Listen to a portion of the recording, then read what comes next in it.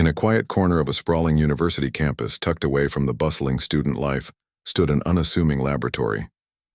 The building itself was nothing extraordinary, just another brick structure with frosted windows and faded paint. But inside, it buzzed with activity. This wasn't your typical lab filled with bubbling beakers or microscopes. Instead, this space housed cutting-edge technology designed for one purpose: to explore the mysteries of death.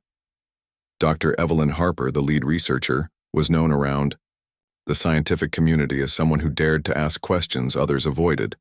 She had spent years advocating for unconventional studies, always pushing boundaries in search of answers that could change how humanity viewed mortality. Her latest project, however, took things further than ever before. It was bold, controversial, and unlike anything anyone had attempted in modern science: a camera placed inside a coffin. The idea came to her during a late-night conversation with colleagues about what happens after we die. While philosophers and theologians debated the soul's journey, scientists had largely stayed silent on the topic due to its complexity and sensitivity. But Dr. Harper saw an opportunity. What if they could observe, document, and analyze the physical changes that occurred within a coffin after burial? Could such data provide insights into decomposition, environmental shifts, or even phenomena currently dismissed as myth? Her pitch to the ethics board had been met with skepticism. Many questioned whether tampering with something so deeply personal and sacred crossed moral lines. Yet after months of deliberation and under strict conditions, they granted approval. One condition stood firm: the donor must willingly agree to participate. Surprisingly, finding volunteers proved easier than expected. A retired teacher named Margaret Reynolds stepped forward, inspired by the potential impact of the research. "If my passing can help future generations understand life better," she said simply, "then I'm happy to contribute." On the IFA day of the experiment, the atmosphere in the lab was electric. Researchers moved quietly but efficiently, double-checking equipment and making last-minute adjustments. The centerpiece of the operation was a small yet powerful camera encased in durable material resistant to moisture and pressure. Equipped with night vision and advanced sensors, it promised to deliver clear footage regardless of the conditions underground.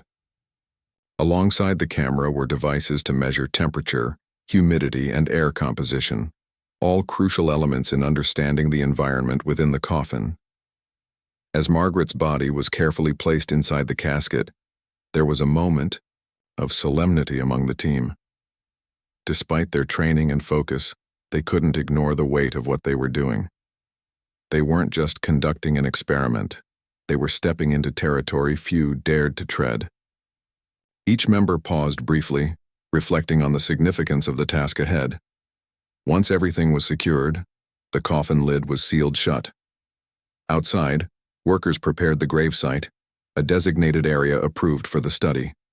The ground was soft, from recent rain, making it easier to dig. As the coffin descended into the earth, the researchers gathered around monitors set up in a nearby tent. These screens displayed live feeds from the camera, along with readings from the various sensors. For now, all they saw was darkness interrupted occasionally by flashes of light as dirt scattered over the surface.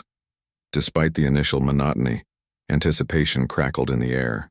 Would they capture groundbreaking evidence? Or would the results confirm existing theories without adding new dimensions? No one knew for sure, but everyone agreed. Whatever happened next would challenge their perceptions. Over the first few hours, the team meticulously documented every detail. The temperature dropped steadily as expected while humidity levels rose sharply. Condensation began forming on the camera lens, creating blurry patches that required constant recalibration. Still, nothing out of the ordinary occurred. At least, not yet. Some team members joked nervously about ghosts or supernatural encounters, though most dismissed these ideas as fiction. After all, they were scientists grounded in logic and reason. But as dusk settled over the site, subtle changes started to emerge. Shadows flickered across the screen, too fleeting to identify clearly. At first, the researchers chalked it up to soil settling or minor technical glitches. However, when the same patterns repeated multiple times, curiosity turned to intrigue. Was it possible the camera was picking up reflections from unknown sources? Or was there something else entirely at play? Back in the tent, murmurs grew louder. Dr. Harper remained calm, urging her team to stay objective. "Let's not jump to conclusions," she reminded them. "We need hard evidence before speculating." Still, the excitement was palpable. Every movement on the monitor drew sharp intakes of breath. Every anomaly sparked debates about cause and effect. As night deepened, the team continued their vigil. Fatigue crept in, but no one wanted to leave. They were witnessing history unfold, or so they hoped. Little did they know the real surprises lay just beyond the horizon, waiting to shatter their assumptions and redefine their understanding of life, death, and everything in between. As the sun dipped below the horizon, casting long shadows across the gravesite, the mood in the makeshift tent shifted. The initial excitement that had fueled the team during the day began to wane, replaced by a quiet tension. Outside, the world grew still, save for the occasional rustle of leaves or distant hoot of an owl. Inside the tent, however, the hum of monitors and soft clicks of keyboards created an eerie contrast to the peaceful night. The camera inside the coffin continued its unblinking watch, capturing every second of the unfolding experiment. For the first few hours after burial, the footage remained predictable, darkness punctuated by faint reflections as dirt settled over the coffin lid.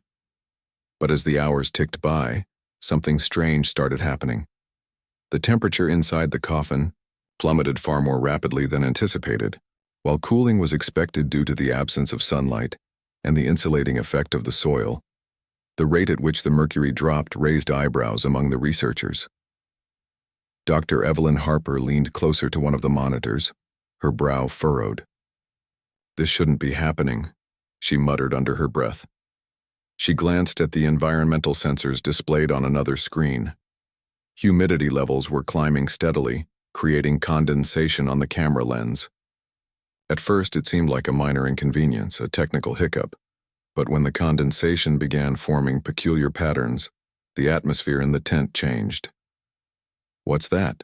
asked Michael, a young researcher seated at a nearby workstation. He pointed to the monitor showing the live feed from the coffin. On the screen, droplets of moisture appeared to coalesce into shapes that resembled letters, or perhaps symbols. They were faint and blurry, but unmistakably deliberate. Dr. Harper instructed him to zoom in and enhance the image.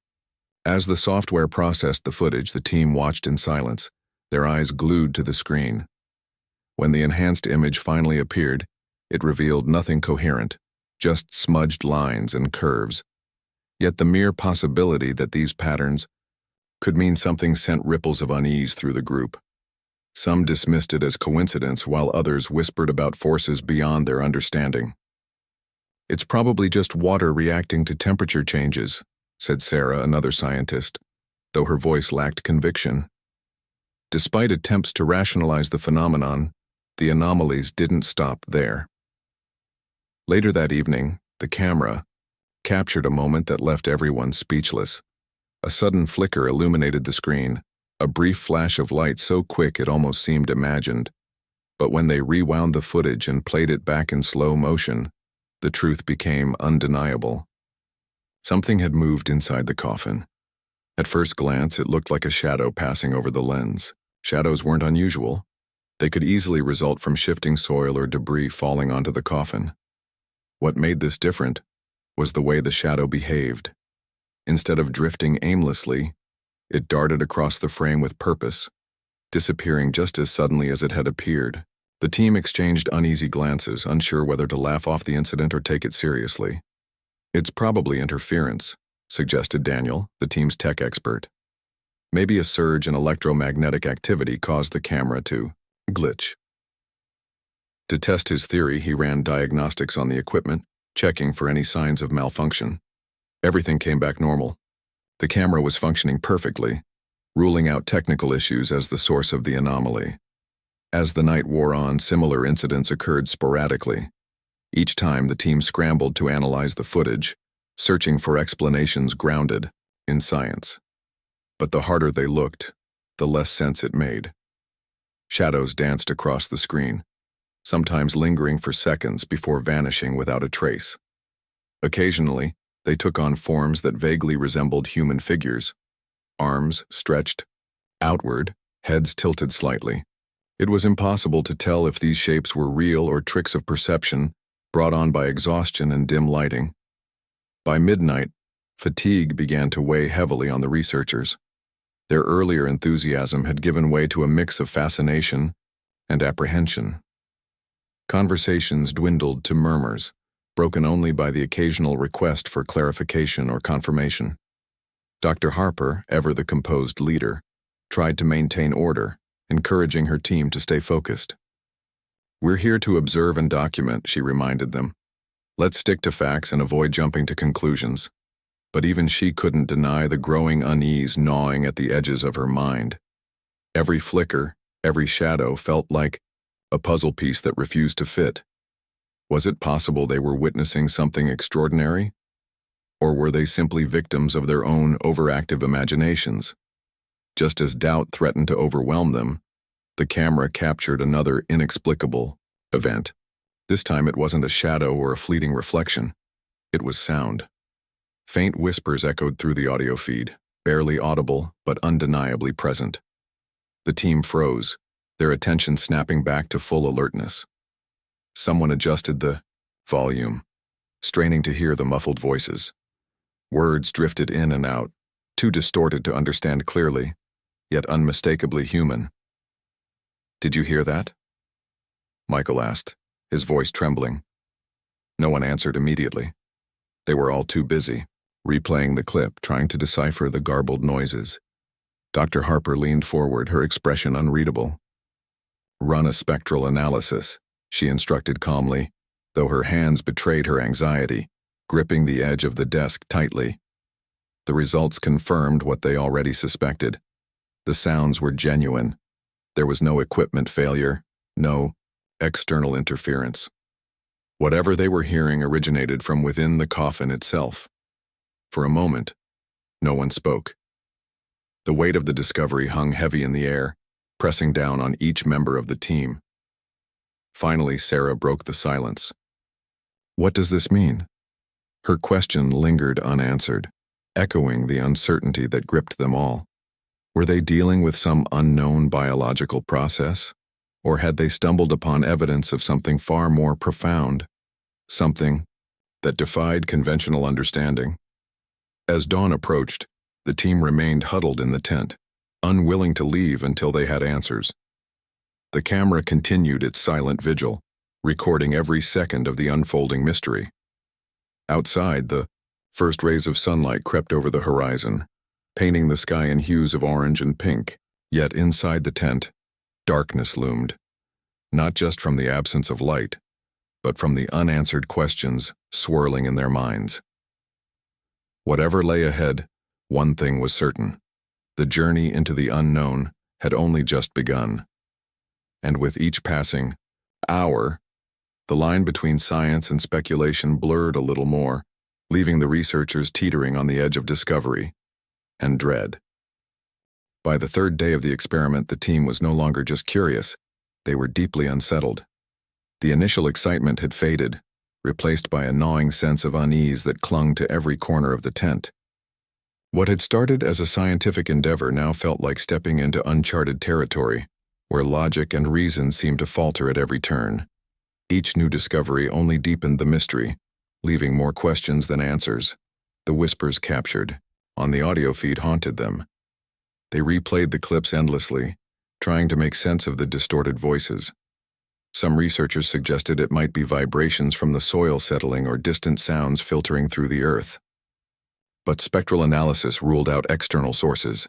The noises were coming from inside the coffin itself. The realization sent shivers down their spines. How could there be sound in a sealed casket containing a lifeless body? Dr. Evelyn Harper refused to let fear dictate their actions. She reminded the team of their mission: to document everything objectively, regardless of how strange or unsettling it became. Yet, even she couldn't ignore the growing tension in the room. Conversations grew shorter, punctuated by long silences. Sleep deprivation didn't help. Dark circles formed under everyone's eyes and tempers occasionally flared. Despite this, they pressed on, driven by a mix of scientific curiosity and morbid fascination. On the morning of the third day, something happened that shook them to their core. As they reviewed footage from the previous night, they noticed something entirely new, glowing orbs hovering near the camera lens. At first glance, the orbs appeared faint, almost like specks of dust reflecting light. But upon closer inspection, they realized these weren't ordinary reflections. The orbs pulsed rhythmically, glowing brighter and dimmer in a pattern that mimicked breathing. It was as if they were alive. Could it be bioluminescent bacteria? Sarah asked hesitantly, breaking the silence. Her voice wavered slightly, betraying her own uncertainty. Some microorganisms emit light during decomposition. Maybe that's what we're seeing. Daniel quickly ran tests to determine whether bacteria or fungi could produce such effects under the conditions inside the coffin. He cross-referenced environmental data with known biological processes but found no match. Whatever the orbs were, they defied explanation. They weren't natural phenomena, or at least not ones anyone had ever documented before. As the team debated possible theories, the footage revealed yet another anomaly. Late into the third night, the camera captured movement far more startling than anything they'd seen so far. Shadows once again flickered across the screen, but this time, they coalesced into shapes that resembled human figures. These apparitions lingered for mere seconds before vanishing without a trace. One figure stood particularly close to the camera, its outline sharp enough to suggest features, a head tilted slightly forward, arms hanging limply at its sides. The sight sent chills through the room. No one spoke for several minutes as they rewound and replayed the clip multiple times. Was it an optical illusion? A glitch in the camera system? Or was it something else entirely?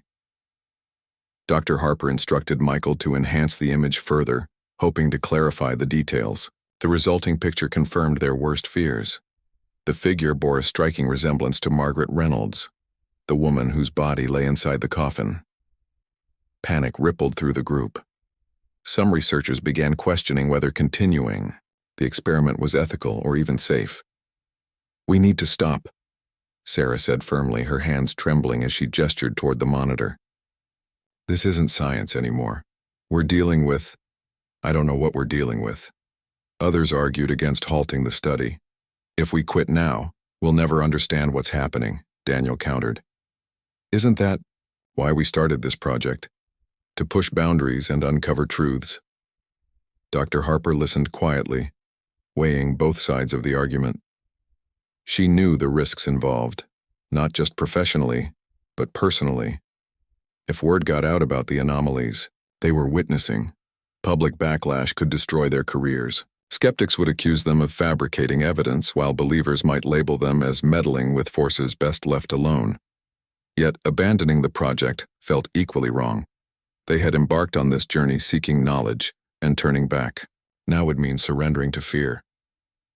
To ease tensions, Dr. Harper proposed a compromise.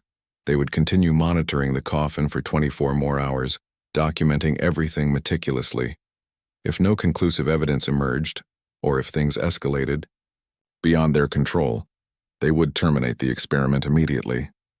Reluctantly, the team agreed, though distrust simmered beneath the surface.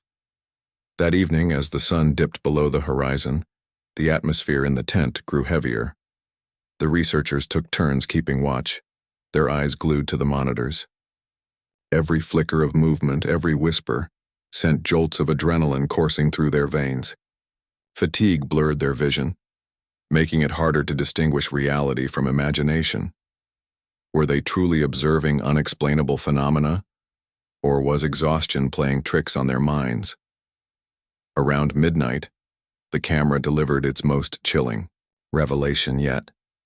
The glowing orbs reappeared, this time accompanied by a low, resonant hum that vibrated through the audio feed.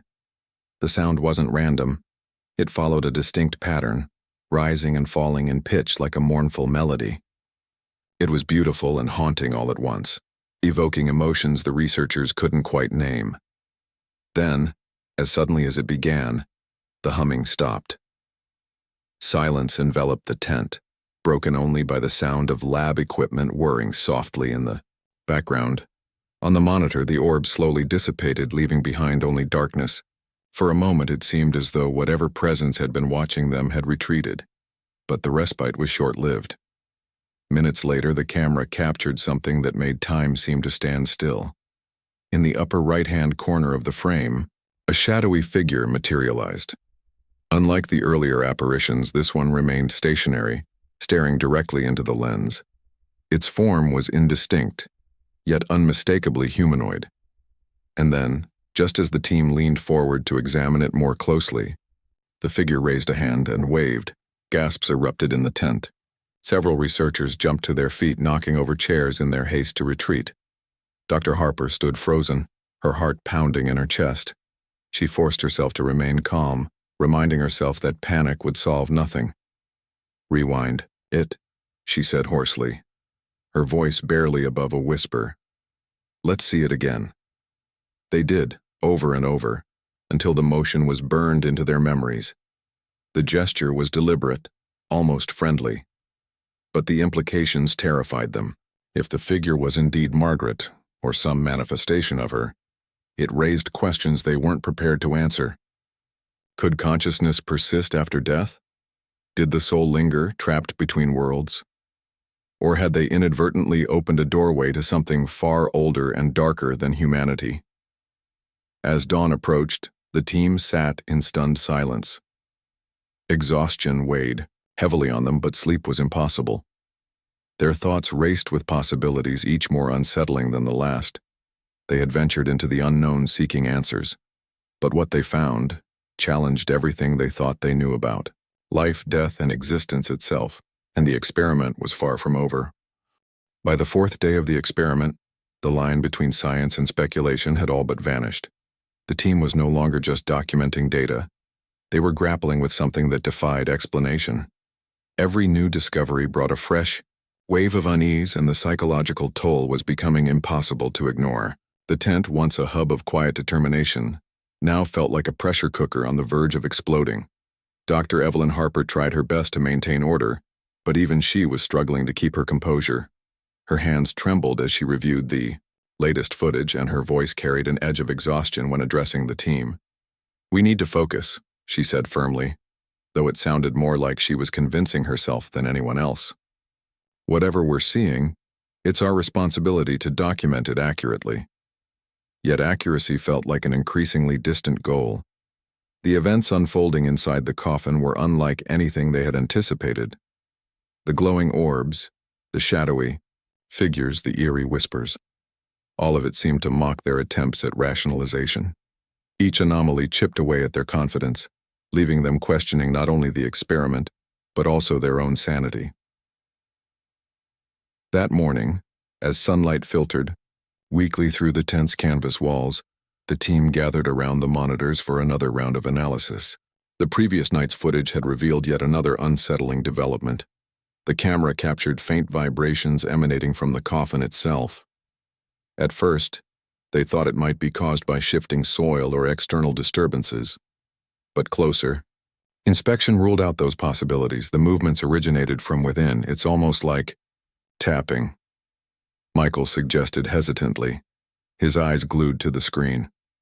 He replayed the clip several times, isolating the rhythmic thuds that echoed softly in the audio feed. "Like someone, or something, is knocking." The idea sent shivers down everyone's spines. Could the body inside the coffin still be responding to stimuli? Or was there some other force at play? Dr. Harper instructed Daniel to analyze the frequency and intensity of the sounds, hoping to find a logical explanation. Hours later, he returned with inconclusive results. The patterns didn't align with any known biological or environmental processes. As the day wore on, the tension in the tent reached a breaking point. Conversations became clipped and tense, with arguments erupting over the smallest details. Sarah, usually one of the most composed members of the team, snapped at Michael during a disagreement about interpreting the data.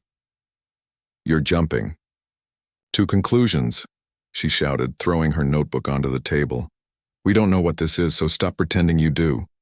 Michael shot back defensively, his face flushed with frustration. And what's your alternative? Pretend none of this is happening? We're scientists, not cowards. Dr. Harper intervened before things escalated further. Enough, she barked, silencing the room. Her stern tone reminded everyone of her authority, if only momentarily. This isn't helping. We can't afford to let emotions cloud our judgment. If we want answers, we need to stay focused. Her words did little to ease the growing paranoia. Some team members began whispering among themselves, speculating about whether they should terminate the experiment immediately. Others argued that quitting now would mean abandoning years of hard work, and possibly missing out on groundbreaking discoveries. The divide widened with each passing hour, threatening to fracture the group entirely. Late that afternoon, the situation took an even darker turn. While reviewing earlier footage, Sarah noticed something she hadn't seen before. In one of the clips showing the shadowy figure waving, there appeared to be writing scrawled faintly across the coffin wall behind it. She called the others over, pointing to the barely visible markings. "Look at this," she said, her voice trembling. "It wasn't there before. I swear it wasn't." The team leaned in, squinting at the monitor. The text, if it could even be called that, was jagged and uneven, resembling claw marks more than handwriting. Yet upon closer examination, they realized it formed crude letters. Someone enhanced the image using software, sharpening the edges until the message became legible. "Let me out." A deafening silence fell over the tent. No one dared to speak. The words hung in the air like a curse, heavy and suffocating. Finally, Daniel broke the spell. "This has to be fake," he muttered, shaking his head. "There's no way." "No way what?" Sarah demanded, her voice rising. "No way a dead person could write that? Because obviously that's what's happening. Here, right?" Dr. Harper stepped forward, her expression unreadable. "We don't know what's happening," she said evenly, "but panicking won't help us figure it out. Let's stay calm and continue analyzing the footage. If we can understand how this message appeared, maybe we'll get closer to understanding everything else." Despite her calm demeanor, doubt gnawed at her insides. Was it possible Margaret Reynolds's consciousness, or some remnant of it, was trying to communicate? Or had they unwittingly summoned something far older and more malevolent? The thought sent a chill racing down her spine. As night fell, the team prepared for another long vigil. Sleep deprivation had taken its toll. Dark circles ringed their eyes and their movements were sluggish. Still, they couldn't bring themselves to leave the tent. Every second felt critical, as though the next revelation might hold the key to unlocking the mystery. Around midnight, the camera delivered yet another shock. The glowing orbs returned, brighter and more numerous than ever before. They swirled around the coffin in chaotic patterns, casting flickering shadows on the walls. Then, without warning, the orbs coalesced into a single blinding light that illuminated the entire interior of the coffin. For a brief moment, the darkness was banished completely, and in that moment, the camera captured something that left the researchers speechless. Standing in the center of the frame was a figure unmistakably human in form. Its features were indistinct, blurred as though viewed through frosted glass. Yet its presence was undeniable. It stood perfectly still, gazing directly into the lens with an intensity that made the hairs on their necks stand on end. And then, just as suddenly as it had appeared, the figure dissolved into nothingness, leaving behind only darkness. The team stared at the monitor, frozen in disbelief. No one spoke for several minutes. When they finally found their voices, the questions poured out in a chaotic rush. Who or what was the figure? Why had it appeared now? What did it want? Dr. Harper raised a hand to silence them. "We need to document this," she said, her voice steady despite the fear etched into her face. "Every detail matters. Write down everything you saw, heard, and felt. We'll piece it together later." But privately, she wondered if piecing it together would even be possible.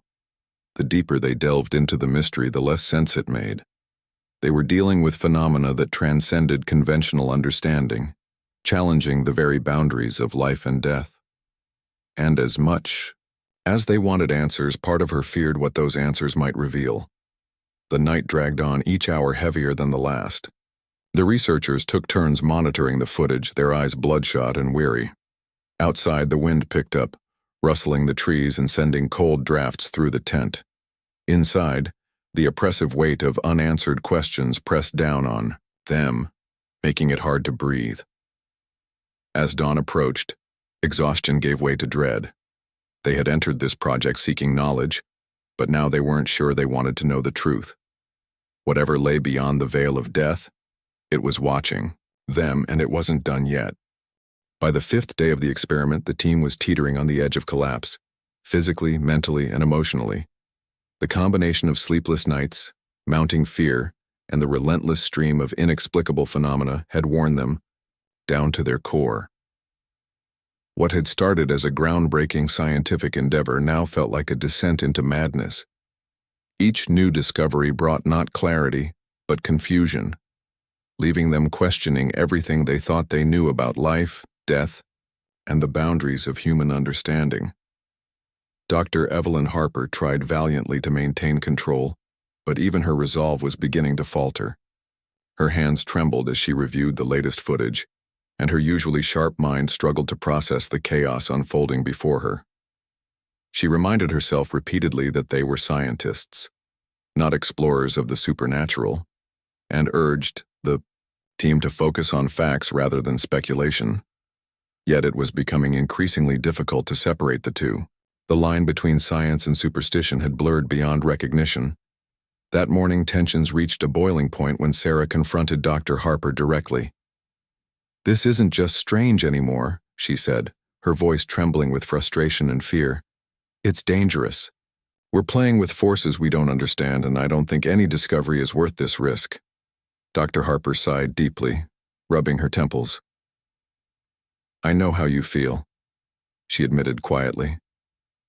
"But if we stop now, we'll never know what's happening. Isn't that why we started this project? To push boundaries and uncover truths?" Sarah shook her head vehemently. "Truths? You call this truth? This is insanity. Those shadows, those whispers, they're not natural. They're not human. And that message on the coffin wall, it wasn't random graffiti. Someone or something is trying to communicate with us." The argument escalated quickly, drawing in the rest of the team. Some sided with Sarah, insisting they had gone far enough. Others argued that quitting would mean abandoning years of preparation and hard work. Voices rose, tempers flared, and, for a moment, it seemed as though the entire project might unravel right then and there. Finally, Michael stepped in, his tone unusually calm despite the storm around him. "Look, arguing isn't going to solve anything," he said firmly. "We're all scared, but panicking won't help. Let's agree to review the evidence one more time. If we can't find a logical explanation for what's happening, we'll shut it down. Deal?" After a long pause, everyone reluctantly nodded. It was clear no one trusted the situation anymore, but they also couldn't walk away without at least attempting to make sense of it. With renewed determination, or perhaps desperation, the team dove back into analyzing the footage. They pored over every second of video, dissecting each anomaly frame by frame. The glowing orbs, the shadowy figures, the eerie whispers, all of it was scrutinized under the harsh light of reason. But no matter how hard they looked, none of it added up. Every answer led to more questions. Every clue only deepened the mystery. Late that afternoon, Daniel made a discovery that sent shockwaves through the group. While examining thermal imaging data from inside the coffin, he noticed something extraordinary. Heat signatures were appearing sporadically near the camera lens. These weren't random fluctuations. They formed distinct patterns, almost like fingerprints. Stranger still, the signatures bore an uncanny resemblance to human forms. "This shouldn't be possible," Daniel muttered, staring at the screen in disbelief. He ran the data through multiple filters and cross-referenced it with earlier readings. But the results remained consistent. There was no denying it. The heat signatures matched the shapes of people. "What does it mean?" Sarah asked hesitantly, her voice barely above a whisper. Are these spirits? Or is there some kind of energy residue left behind after death? No one had an answer. Even Dr. Harper, who prided herself on her analytical mind, could only shake her head in bewilderment. If this is real, she said slowly, then we're witnessing something that challenges everything we know about biology and physics. It's not just about decomposition or environmental changes anymore. This is something else entirely. As night fell, the team braced themselves for another long vigil. Outside, the wind howled relentlessly, rattling the tent and making it hard to concentrate. Inside, the monitors flickered faintly, casting an unsettling glow across the researchers' exhausted faces. Fatigue had settled so deeply into their bones that even sitting upright required effort. Still, they refused to leave their posts. Something told them the most critical revelations were yet to come. Around midnight, the camera delivered its most shocking revelation yet. The glowing orbs returned, swirling chaotically around the coffin like fireflies caught in a storm.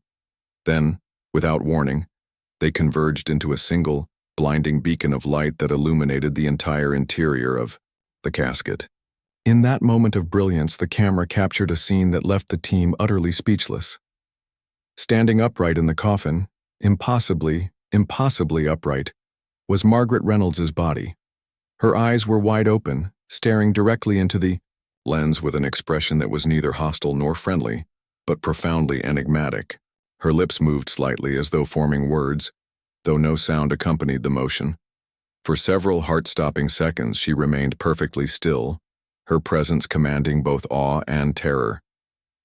Then, just as suddenly as she appeared, she slumped back down, vanishing once again into darkness. The silence that followed was deafening. No one dared to move or speak. They simply stared at the monitor, their minds struggling to process what they had just witnessed. Had Margaret somehow reanimated? Was her spirit manipulating her corpse? Or had they stumbled upon something far darker, a force using her body as a vessel? Finally, Dr. Harper broke the spell. "Rewind it," she ordered hoarsely, her voice cracking under the weight of emotion. "Let's see it again." They did over and over until the image was seared into their memories. Each replay only deepened their unease. The implications were staggering. If Margaret's body could move, if her consciousness or essence could manifest in such a tangible way, it raised questions about the nature of death itself. Was death truly final, or was it merely a transition to another state of being? Dawn approached. The team sat in stunned silence. Exhaustion had given way to numbness, and the oppressive weight of unanswered questions pressed down on them harder than ever. They had entered this project seeking knowledge, but now they weren't. Sure, they wanted to know the truth. Whatever lay beyond the veil of death, it was watching them, and it wasn't done yet. Dr. Harper finally spoke, her voice heavy with resignation. "We need to decide what to do next," she said softly. "Do we continue, hoping to uncover answers? Or do we end this before it consumes us completely?" Her question hung in the air, unanswered. Each member of the team wrestled with their own fears and doubts, torn between curiosity and self-preservation. One thing was certain. Whatever choice they made, it would change them forever. By the 6th day of the experiment, the team had reached a breaking point. The line between reality and nightmare had blurred beyond recognition, leaving them adrift in a sea of uncertainty. Each member carried the weight of what they had witnessed, not just physically, but emotionally and spiritually. They were no longer merely researchers. They were participants in something far greater than themselves, something that defied explanation and tested the limits of human endurance. Dr. Evelyn Harper called an emergency meeting inside the tent. The air was thick with tension as she addressed the group, her voice steady despite the turmoil swirling within her. "We've come to a crossroads," she began, her eyes scanning the exhausted faces around her. "This project has taken us places none of us could have anticipated. But now we need to decide. Do we continue, or do we end it here?" The question hung heavy in the room, unanswered for several moments. Sarah was the first to speak, her tone resolute but tinged with fear. "I think we should stop," she said firmly. "We're not equipped to handle whatever this is. It's gone beyond science, it's become something else entirely. Something dangerous." Michael nodded in agreement. "She's right," he added. "We started this to learn about decomposition and environmental changes, not to investigate. Whatever this is, we're out of our depth."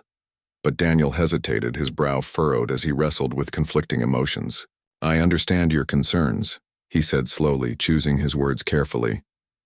"But if we quit now, we'll never know what's really happening. Isn't that why we became scientists? To seek answers, even when things get uncomfortable? If we walk away, we might regret it for the rest of our lives." Dr. Harper listened intently, weighing both sides of the argument. She knew the risks of continuing, the toll it was taking on their mental health, the potential backlash from the scientific community, but she also understood the magnitude of what they were uncovering. This wasn't just about Margaret Reynolds anymore. It was about challenging humanity's understanding of life, death, and everything in between. Finally, she made her decision. "We'll give it one more day," she announced. 24 hours. If nothing conclusive emerges, or if things escalate further, we'll terminate the experiment immediately. Agreed? Reluctantly, the team nodded. They all knew it was a compromise born of desperation, but it was enough to keep them going. For now. That evening, as darkness enveloped the gravesite, the atmosphere in the tent grew heavier than ever. The researchers huddled around the monitors, their eyes bloodshot and weary. Conversations were sparse, limited to murmured observations about the footage. Outside, the wind howled relentlessly, rattling the tent and making it hard to concentrate. Inside, the oppressive silence was broken only by the faint hum of equipment and the occasional crackle of static from the audio feed. Around midnight, the camera delivered its final and most shocking revelation. The glowing orbs returned, brighter and more numerous than before, swirling chaotically around the coffin like moths drawn to a flame. Then, without warning, they converged into a single radiant light that illuminated the entire interior of the casket. For a brief moment, the darkness was banished completely, and in that moment the camera captured something that left the researchers paralyzed with awe and terror. Margaret Reynolds's body sat upright once again, her face eerily calm yet profoundly unsettling. Her lips moved silently, forming words that couldn't be heard through the audio feed. Then, almost imperceptibly, her hand rose and pointed directly at the camera lens. The gesture was deliberate, impossible to dismiss as coincidence. And then, just as suddenly as she appeared, she slumped back down, vanishing into the shadows once more.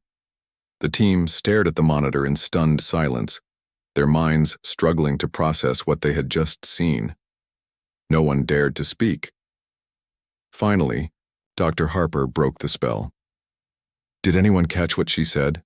she asked hoarsely, her voice trembling with emotion. Daniel quickly rewound the footage, isolating the frames where Margaret's lips moved. He enhanced the audio using specialized software, straining to decipher the muted sounds. After several tense minutes, he turned to the group, his face pale. "It's not clear," he admitted, "but it sounds like, thank you." The words sent chills racing down everyone's spines. What did it mean? Was Margaret expressing gratitude for their efforts to understand her journey? Or was it a plea, a final message from beyond the grave? As dawn approached, the team gathered their equipment and prepared to leave the site. The decision to terminate the experiment had been unanimous after the events of the night. Whatever they had uncovered, it was far too complex and too dangerous to pursue further. They packed up the monitors, sensors, and cameras, each movement heavy with exhaustion and dread. Before sealing the coffin permanently, Dr. Harper placed a small note inside. Written in neat, careful handwriting, it read, "For Margaret, may your soul find peace." It was a gesture of respect, a way to acknowledge the woman whose body had become the centerpiece of their harrowing journey. Back at the university, the team convened one last time to discuss their findings.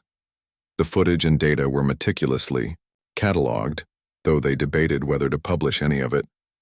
Some argued that sharing their discoveries could revolutionize humanity's understanding of death. Others feared the consequences: public outrage, ridicule, or worse, accusations of tampering with forces best left alone. In the end, they decided to classify the material, locking it away in secure archives accessible only to a select few. Dr. Harper gave a final statement to the team, her voice filled with equal parts pride and sorrow. "What we've witnessed will stay with us forever," she said softly. "It may never make sense, and it may never bring us closure. But one thing is certain. We've glimpsed something extraordinary, something that challenges everything we thought we knew about life and death." Weeks later, whispers of the experiment began to leak into public consciousness. Rumors spread of glowing orbs, shadowy figures, and messages from beyond the grave. Skeptics dismissed the stories as fiction, while believers embraced them as proof of an afterlife. The truth remained hidden, locked away in dusty archives and fragmented memories. For the researchers, life moved on, but it was never the same. They carried the weight of their experiences silently, haunted by questions that would never be answered. Had they truly communicated with the dead? Or had they opened a door to something far darker and more ancient? One thing was undeniable. The experiment had changed them forever. They had ventured into the unknown seeking knowledge, but what they found challenged the very fabric of reality. And as they went their separate ways, each member of the team couldn't shake the lingering feeling that they were being watched, that somewhere, somehow, Margaret Reynolds was still watching them.